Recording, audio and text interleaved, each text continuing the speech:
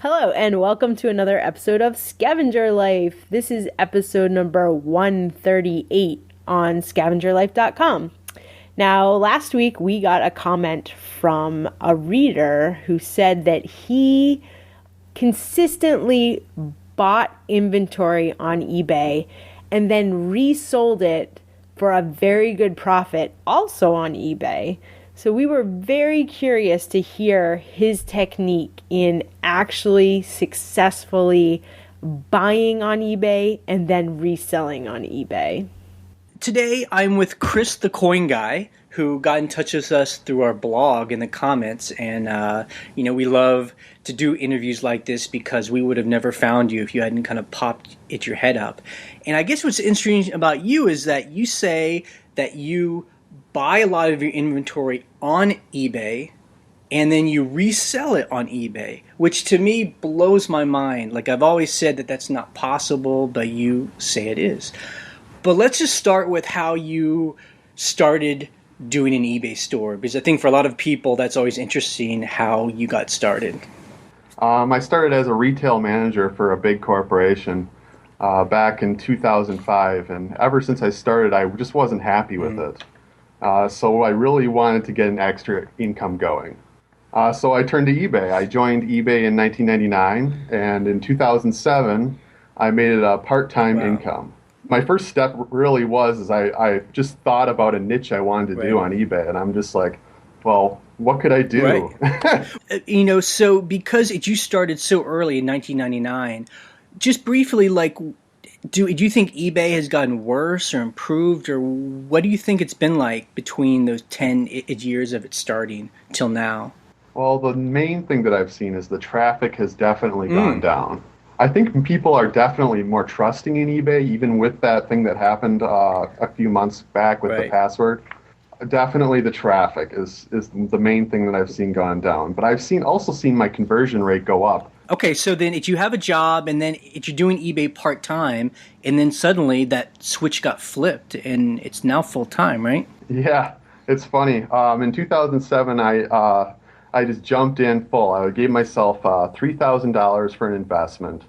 And then I built my business for the last 7 years, and I really just kept turning the profits over and over again. It's really just a matter of maintaining my store now rather than listing like a madman. Now, why is that? Because do you have a large inventory already, or? I would consider it a large inventory, even though I'm not like a millionaire. Well, yeah, exactly.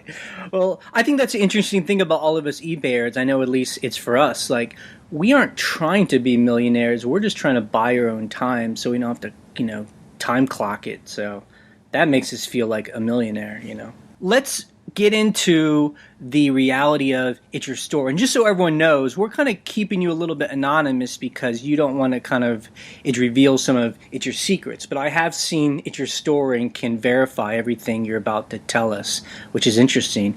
So you are focusing mainly on coins, right? And silver. That is correct. I buy and I sell the same coins on eBay. Amazing. Okay, so how did you develop this system? First off, I really went and studied the history of a lot of coins. Just going to the eBay sold and searching that. I'd pick out a coin and I would search it up and see if there's any room for profit at all.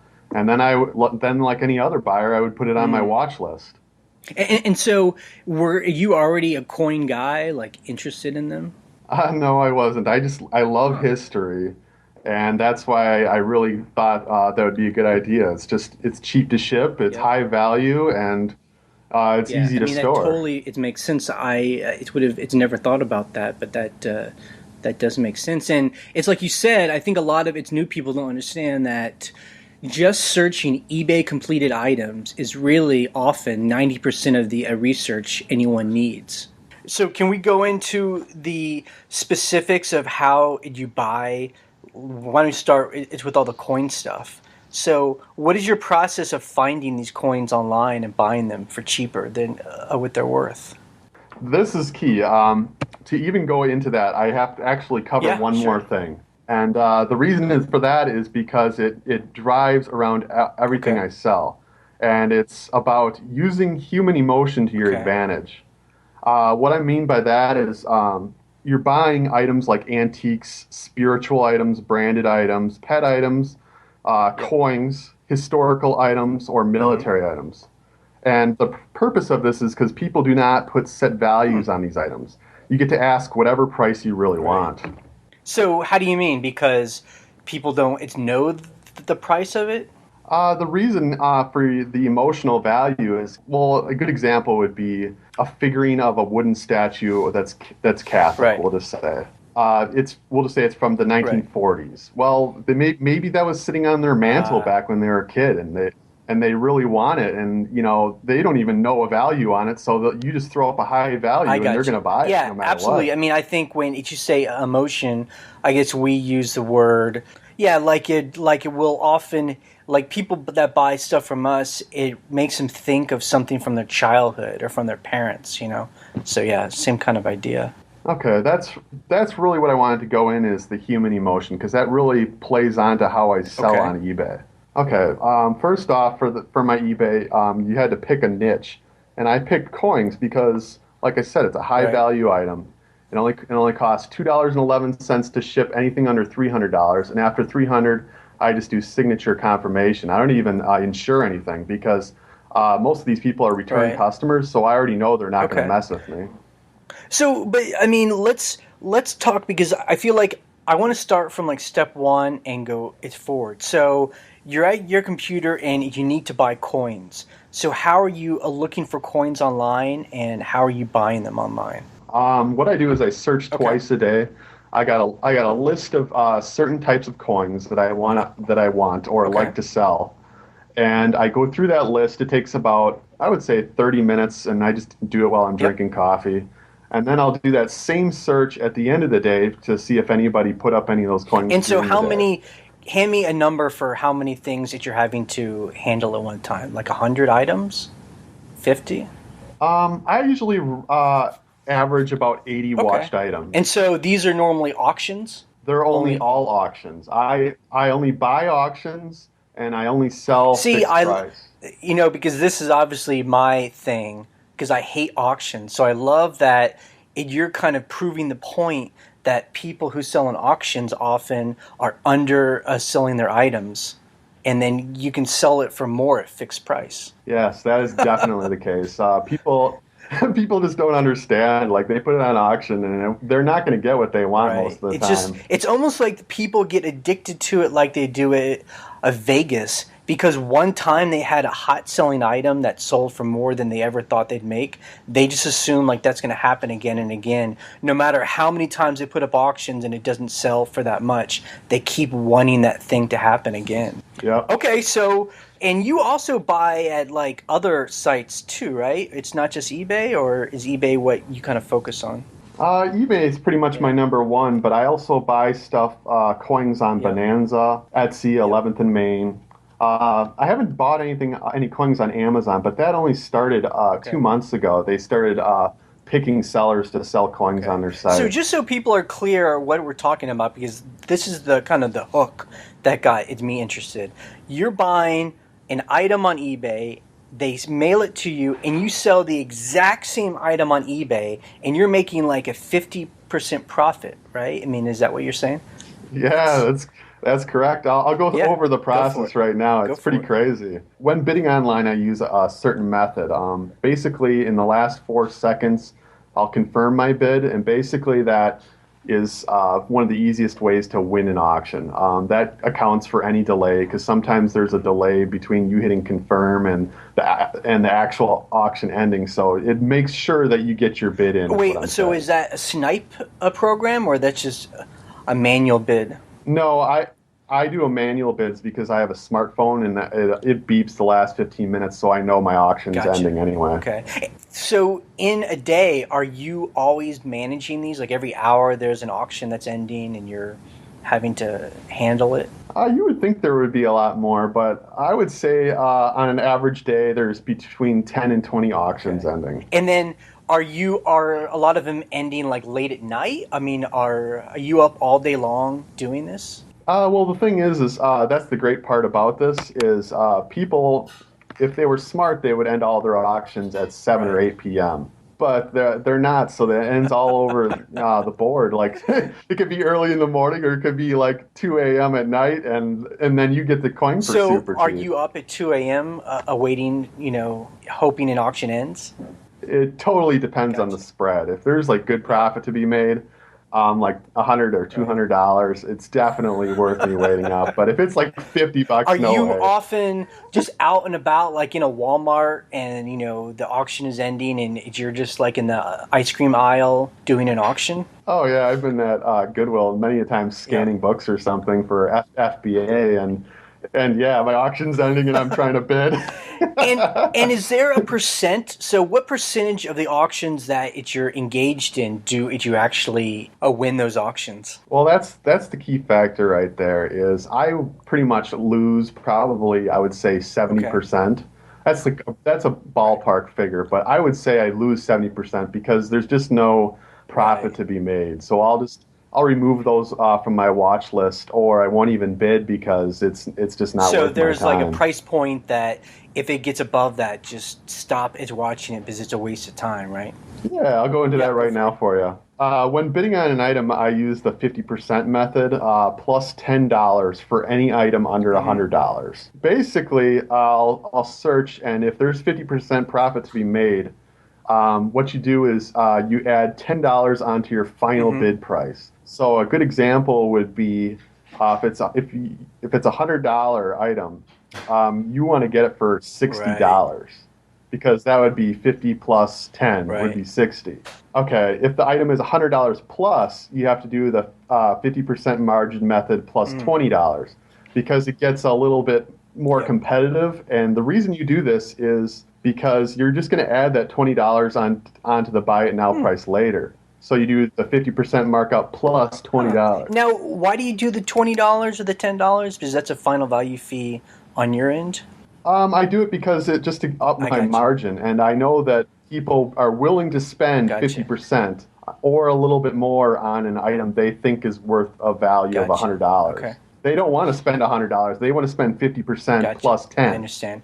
And just so I'm clear too, when you are doing these auctions, you watch them, but you only bid at the very end, right? Yep, I do not touch the auction till the last Got it. four And when you seconds. bid, do you do the bid where it could go up? Like, I guess my question is, are you competing against a lot of people that have snipes?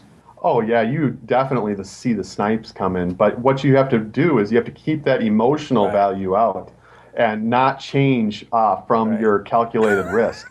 So if you're $60 into this, you hit 60 and that's You know all what? you I have a do. good friend that's a Wall Street guy, and this sounds exactly like that. It's like buying and selling stocks. He sells stocks at home, and it sounds just like that. Where it's like no emotion. It's just a number. If that number doesn't get Yeah. hit, and so basically, if you win what 2 or 3 auctions a day, and you're making $100 profit on each of those things, I mean that's pretty good profit right there. 300 a day. I got Sure. something else that goes into it. For every coin, you have to calculate how many points of emotion are Huh. on the item. I have to give Sure. examples because it's kind of hard to Sure. understand otherwise. If it is like the first year of a certain coin was made, that's Mm-hmm. 1 point. If it's like a rare Mm-hmm. mint mark, that is a Mm-hmm. second point. Also, if a coin has a certain attribution, that's a third point. And how those points add up is how many dollars you add onto Hmm. your bid. So if a coin has 3 points of emotion using those criteria, that's $10 for every Yep. emotion. So I would actually be bidding $30 onto that final price if there is three Yep. points of emotion on So you that coin. really kind of got this down to a science, which is good. So people understand the people you're buying these coins from, are they coin people, or if it's just some grandma that found it in her closet and she doesn't know what it's worth? Well, that's the difference between me and the old Yep. time dealers. The old time dealers are the people that go to all the shows. I love buying from them because they never see the eBay Right. prices, so you can really ask for whatever you want. What going along with that, these guys love to just put it on auctions because they just want the money right away. They want to turn and Right. burn the quick Yeah. nickel, and I'm not Yeah. about that. I'm all about the long tail. See, I think that's interesting too, because I mean, again, this is just the thing that I am always about is I don't mind to hold on to an item to get the maximum its profit. Versus some people, if for some reason it makes them feel bad or they feel like they aren't being successful if something's not going to sell in a week. Oh yeah, definitely. I don't mind waiting a long time. I have most of my items sell within I would say 3 months, but I would say about 20 or 30 coins that I've had for over a year, definitely. But when those do sell, you're going to make a crazy amount of profit, and the amount of money it costs to keep an item on eBay, so it's pennies, pennies a month. Oh yeah. I don't have the basic store. I have the next one up. I think it's the premium, and it's only 10 cents a month, and it is nothing. So, again, let's just be clear, because I think this is what a lot of us are going to really focus on. So why do you think the people who are selling you the coins allow it to go so cheap? Like, when you buy it from them, are they getting angry at themselves because it sold so cheap? I don't think so. I think that they're just happy to get the money. And I'm actually bidding up their price, if you think about it. Yep. It's not like they're getting less. They might have gotten less if I wasn't in the auction. But here I am buying and bidding up that coin. Along with it, another cool thing about buying at auction and selling it buy it now is you're really creating a monopoly in that niche because you're buying up all the inventory. It really is just a set amount of these coins. Later on down the line, you can ask more for this. And I've seen that in several of my categories where the price is actually doubled or tripled.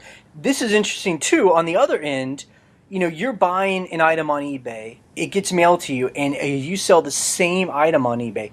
Why aren't the people buying from you at the high price buying the same item for cheaper? Well, it goes back to all these people that have day jobs. They can't be bidding when they have a meeting going on, and that really is my clientele. It's really the old gentleman with a lot of money. Almost all my coins go to New York or California, and they are the workaholics. They don't get home till 8 p.m. and when they get home, they want to spend a couple $100 on coins, and then they go to bed. And I can imagine they have like an office with like this table and they like unpack this book where all the coins sit and they have like an empty coin envelope and they're like, I need to fill that thing. So they go on eBay and they're like, I want to fill that thing, get the collection. Oh, there is one thing I want to stress though. A lot of people, when they think of coin buying, they think of the coins they can hold in their hand and they're not encapsulated. I only buy graded coins in mint state from NGC and PCGS. And those, so for people that don't know, those are like the perfect coins that from when they were minted, they were encased in plastic or something, and they've never been touched. The grading company grades them, and they put their number on it, like a mint state 63 or a mint state 64, and that means that it's pretty flawless. And it looks great to the eye, and it really comes down to how well you take your pictures then. So that's why I come back to, have to have a good camera, because you could add $50 to $100 onto the value of a coin just by taking a better picture than the last guy. And this kind of reminds me of the interview we did last week with my friend from California that buys and sells art, James. I mean, he was talking about the same thing. He would just buy art on eBay, and he would sell that art, and he would just present it's better, and that's a big part of it. These coins now come to you, they're in front of you. What's your process of taking photos? Do you have in a day's work, is there a certain amount of time where you take photographs and list? Sure, I don't let any coins sit around at all. I put it up instantly. The second the mailman hands it to me, I'm going upstairs. And I'm putting it up. Yeah? Why not? I have a couple of guys that will buy the coins instantly if they see them on my site. During the day, so in a month, are you listing 100 coins a month? Give us the amount of coins. Sure. I'm not a crazy lister. I average between 5 and 10 listings a day, but that is solid. I don't really veer from that at all. So I will definitely have between 50 and 70 new listings per week. See, this is really interesting, and something we've been talking about on our store is trying to find higher value items so we don't have to list quite as much, but you're making the same amount of money. And it sounds like you've kind of hit that point. Oh yeah, the greatest point is you don't have to even go out. You just sit at home My and God. buy and My you put it God. up. That's So, it. do you mind sharing how much it's profit we're talking about here? Sure, I knew you were going to ask numbers because you are the number guy. I sold 66 Right. items this month. 23 were Hmm. non-coins, which comes out to 34%, which is for the Right. 23. And then my average sale was Wow. $159 average, and my total. Well, I don't want to Right. get off of Skype. It was Got it. So 10,500. that's your total amount, but what's your a net its profit after the expense of buying the coins? Wow. 4,900. That takes out all the shipping and Wow, the that's fees and everything. amazing. That's incredible. I do have a couple questions about coins because I'm sure there's some people out there that are coin guys, or maybe there are people who are now thinking about it. What is the best way to price the coins? Do you just go online and there are those coin sites and they kind of give you the estimated value? Sure. The easiest way is definitely you doing what you guys do. You go to the Yep. search option and you check completed listings, seeing what they sold for. I always check the Right. highest price, and I always mark mine up $10 more Yep. than the highest price. Probably the easiest way for somebody that's new to get into this is to definitely do something like I do. Find a specific coin that you're really Mm-hmm. interested in. Only buy NGC or PCGS. That's the Mm-hmm. grading companies, and only buy Mint State 62 or better. That way you won't have any low DSRs because they didn't like Gotcha. the coin. What that means is, there's marks on the coin and scratches on the coin. If you have Mint State 62 or better, that means there's barely any of that, and they won't return it. My return rate is ridiculously low. Maybe one return per Oh every my three God. Yeah, months. for a lot of us, that would be an amazing amount, but that's great. The other question I have is just because I know guys when I'm at the flea markets, like they're like the silver hounds. They're like, they're going around and they touch every piece of a metal trying to find silver or gold. Do you think that people are buying these coins because of like they're trying to hedge against inflation? Is that the whole deal? Or is it just really about the coin itself? Well, there's two kind of silver nuts. One is what you're describing, which is a silver hoarder because they think the economy's bad, and the second is because kind of hoarder is the collector. They want it for the numismatic value. That there's only one of them out there. Because we had this conversation, we had a couple of silver bars that we just put up and sold, and they're just it's just a silver bar, and because of it's your advice, we sold it for more than what silver is worth now. So are there people who buy this stuff and hang on to it, hoping the silver price will arise in a year? There's a lot of stuff that goes into that. Don't ever go off the spot price of what it says on the Dow. That's really wrong to go by because if you look at what's going on in the industry, the cost for the miners is Wow. $23 an ounce, which I think the spot right now is around $20 and Right. some change, which means the miners are actually losing money mining Wow. that Okay. ore. So really, you should be hedging, and you should no lower than $23. But I would definitely mark it up a couple of dollars extra just because what the miners have to make to Yeah, I break think we even. sold it for $26 an ounce. So we were pleased with that.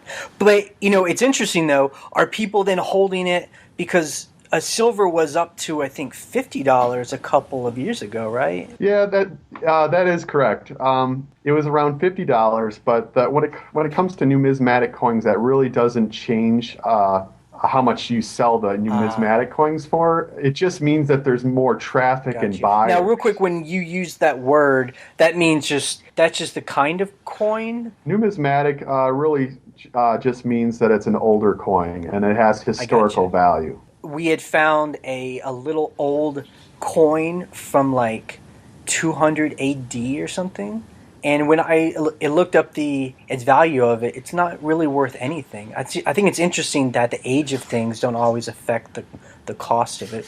Yeah, the reason behind that is because sometimes there's huge hordes. Now, when it comes to like the Roman times, which you're Right? pretty much talking about, it was Yep. probably a Roman coin. There was huge pots found and huge stashes found which really brings down the values of some of those dates because there's so many of them in one spot at one time. I got you. I mean, I don't mean to make light of this, but it really, again, gets back to almost just like the Beanie Baby thing. It's really just about how people feel how a rare an item is. And if people conceive of it being a rare item, then they'll pay it's more for it. Yeah. Oh, definitely. It definitely goes back to that emotional value again. So interesting. And when you ship these things, it's all free, right? You do a free shipping? Yep, I do free shipping on every item just because it costs me virtually nothing. A lot of times I'll even source the envelopes from Goodwill, the padded ones.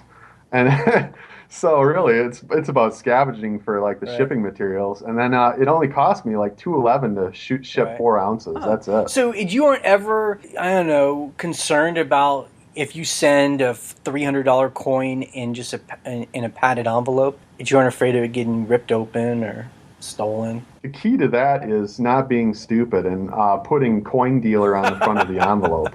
Right, I gotcha. That is the number one key for the post office ripping you off. As long as you just have one name at the top for return address and then their name, there's no way that anybody's ever going to know that there's a coin in there. But if I feel the but if I feel it, do I feel a coin shape or is it in a box? Definitely not, because I'm smart about that. I double wrap the encapsulated coins in bubble wrap, so it just feels like a padded envelope with bubble wrap underneath. That's it. Huh. And have you ever had a problem at all? I have, to this date, in the 7 years since 2007, I have lost one coin. It was to customs in Australia. Now that's interesting. Do you ship anywhere overseas?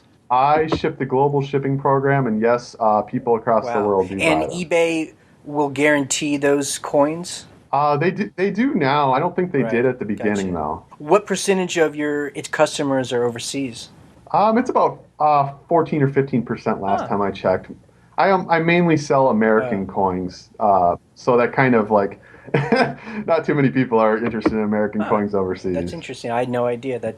I thought that it's more popular, but that's good to know. The other thing is, which is interesting, is that you also sell other things. So when did you start getting into selling clothes? I mean, it's an interesting thing, focusing on coins, and then you kind of have been branching out.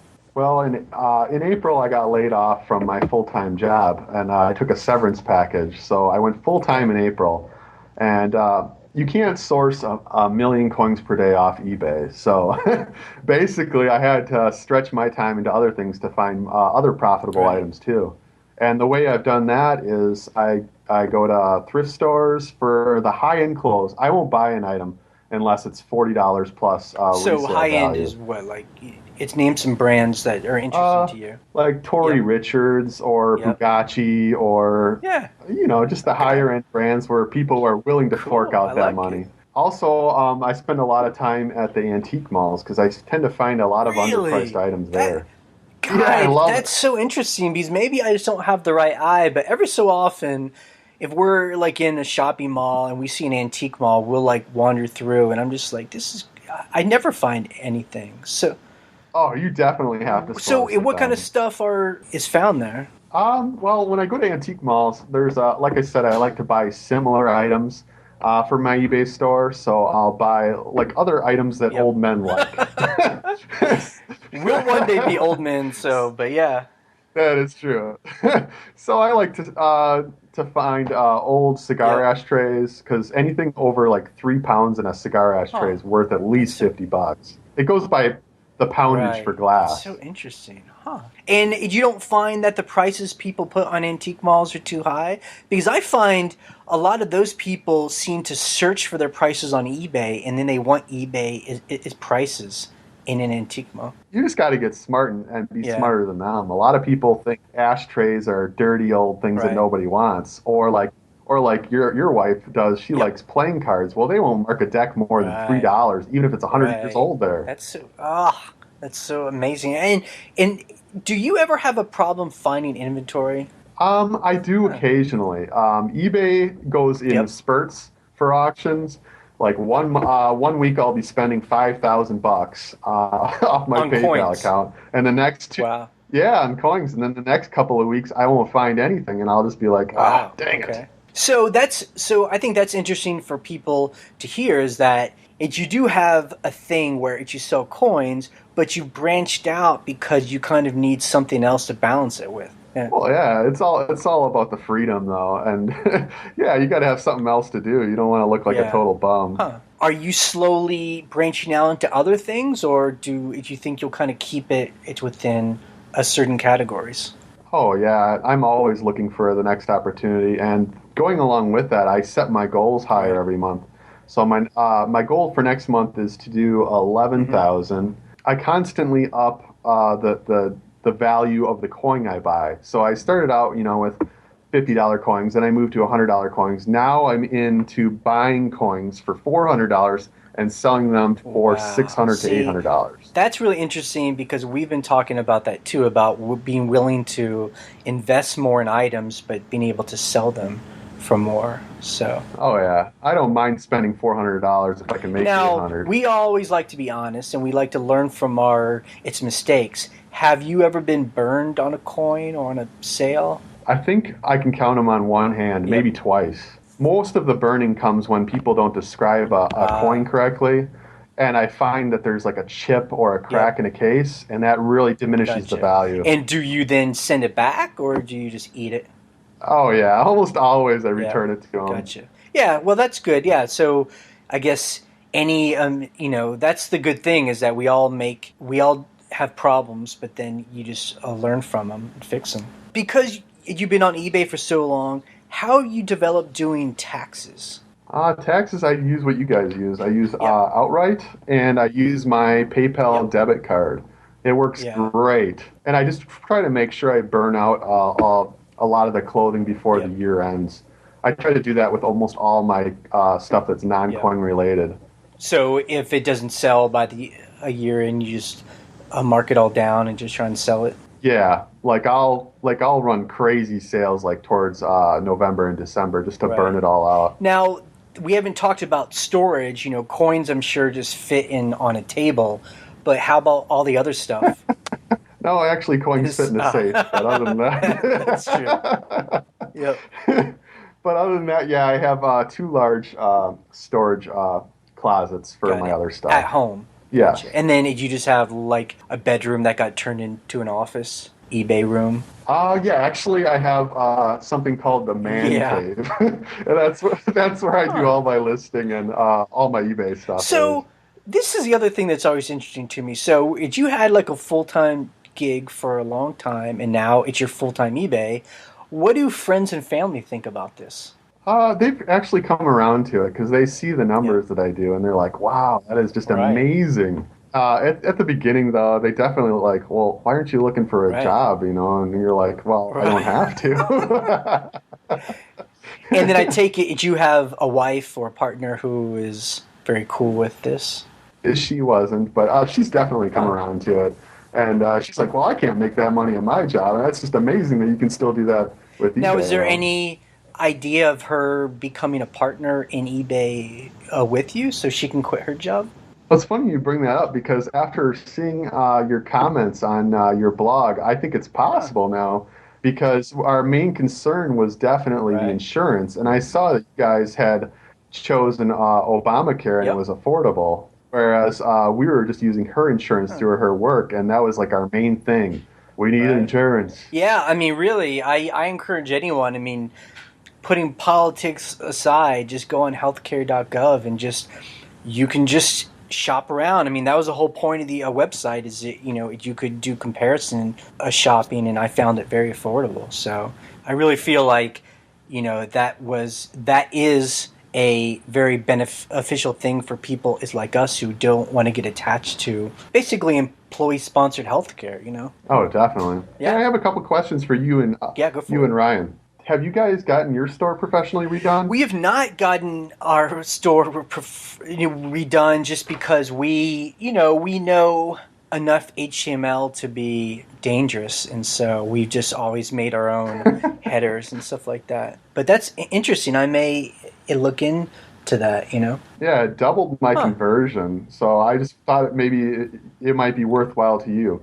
My next question is, are you branded with a logo in all your Yes, we listings? are.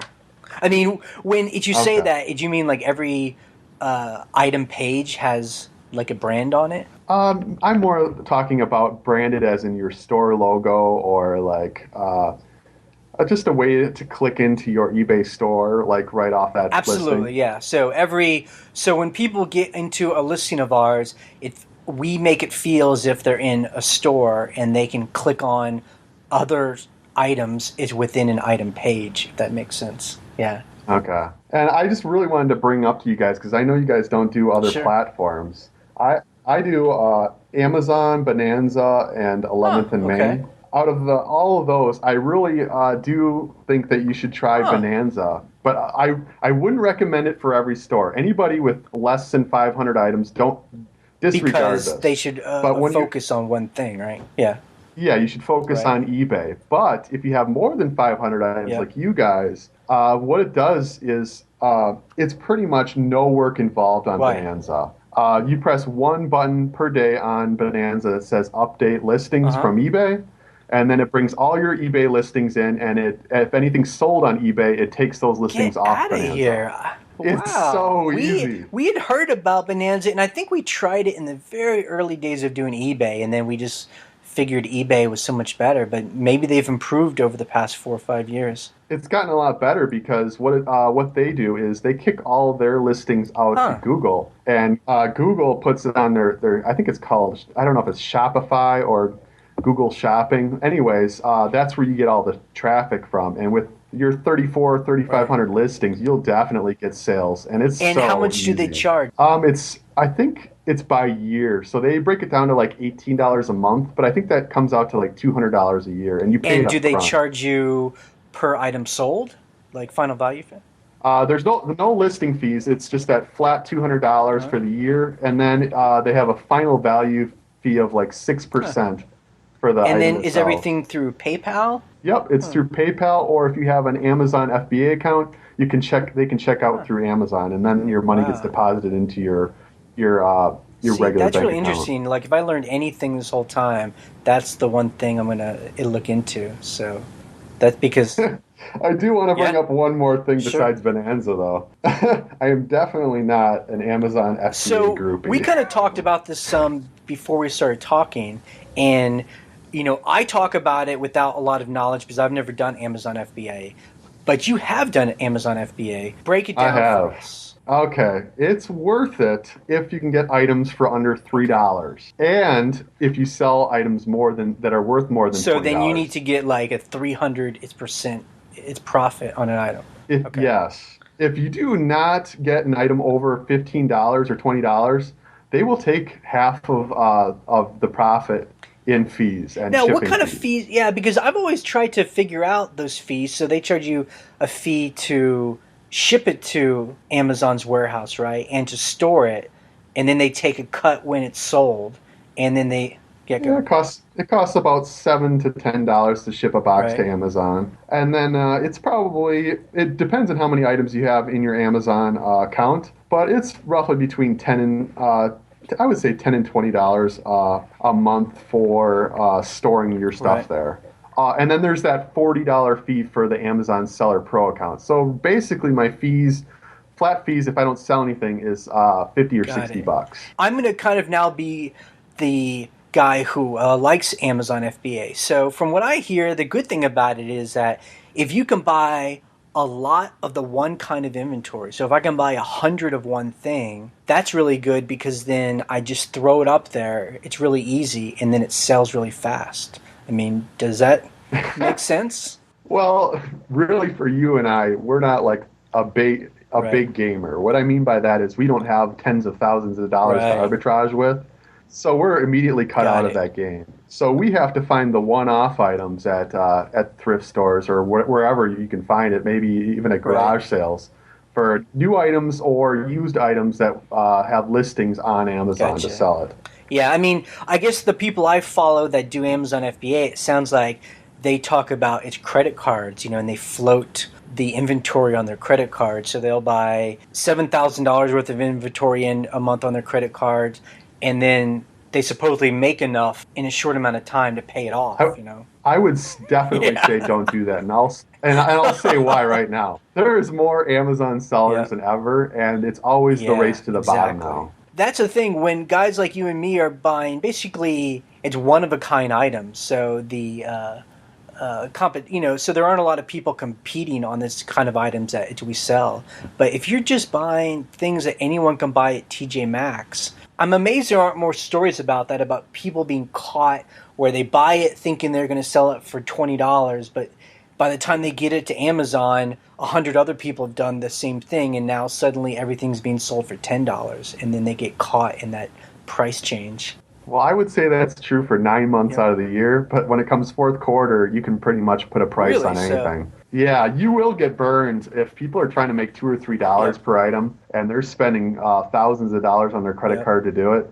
Oh, those are the people that are just going to catch it when Amazon starts selling the same item for Yeah, less. that is the other annoying thing that Amazon, I hear, although I don't know exactly, but if they see that an item is doing really well, they'll go in and buy their own inventory and sell it, which seems kind of shitty. It happens more than you think, too. Yeah. Yeah, it seems like anytime I talk about Amazon FBA in a bad way, I always get emails from people who don't like me saying that. But if it works, Well, now you got yeah, another I guess source. if it works for people, God bless them, because who can come? You know, that's why I always love to hear about people's numbers, because that's where the truth is. You know, if the numbers Oh, yeah. work and if bills are being paid and if your mortgage is being paid, hey, good for you. You know, that's great. I definitely make the money on Amazon, but like I said, you get burned like a lot on like the smaller items. So don't do smaller Huh, items. I mean, small as in like cheap, you mean? Like low cost? Yeah, like anything selling for like around $10. That's why I don't know how Picking Profits makes it on the $10 Right. books, because you're really only making $2 max on a book. Man, Then. we talked about this. We did an example where we listed like it's 50 books, and we've sold, I think, 4 books, and we made, a profit of like $5 each or something. I mean, it's just like, Yeah. I don't get it. Yeah, I don't really understand that. So, okay, so just to wrap up, are you happy with the choice that you made? Like, do you ever miss, like, I wish I worked in an office and had those benefits and, a 401k Oh, plan. oh, definitely not. I mean, when you get the freedom of going out and doing whatever you want any time of the day, or spending more time with your family on Right. holidays, that is what it's all about right there. It's Before, I would always be caught up in those holidays at work because I worked for big retail. So they would make you work Yeah. every holiday. How are you planning for your future? Because it sounds like we sound about the same age. You got like a retirement account? I mean, what are you planning on? I'm not sure how old you are, but I'm 33 years old. I'm older than you. I'm 41. So there you go. Yep. Okay. Well, for saving money, basically we put a certain amount in our savings account Right. every month, and I always try to up my goals so I really can just put Right. money away. And so everybody knows it is viable to make a full-time living off Yep. of what I'm doing. I'm actually buying a new car next week with some of the money I look at made. you. Cool. Well, that's exciting to me to hear someone your age who's basically, because it's my fear when we started 8 years ago. I was 35. My fear was if I start doing this full time and don't do this other work, if I ever want to get back to getting a job, I'll have like a big gap in my employment history, And does that ever scare you? It does a little bit, but when I think about what I do, it just gives you more confidence, and that's what an employer is looking Right. for anyway. Is they're looking for somebody that's confident and knows what they're talking about. Really, if you can do those two things, you're going to get any job you want anyway. See, there you go. You just said exactly what I've told it's myself. I mean, what we've learned over the past 5, 6, 8 years doing our own, doing our own thing on eBay is, I think, what any employer would ever look for. The problem is, as we've talked about, that this has ruined me.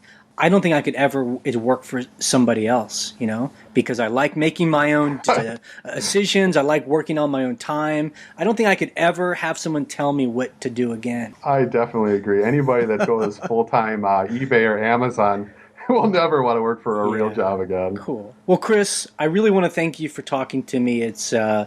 I really appreciate you being open and honest about things because I think it just helps other people, and it's also just interesting and cool to talk to you. No Cool. problem. All right, I'll see you. All right, later. Bye.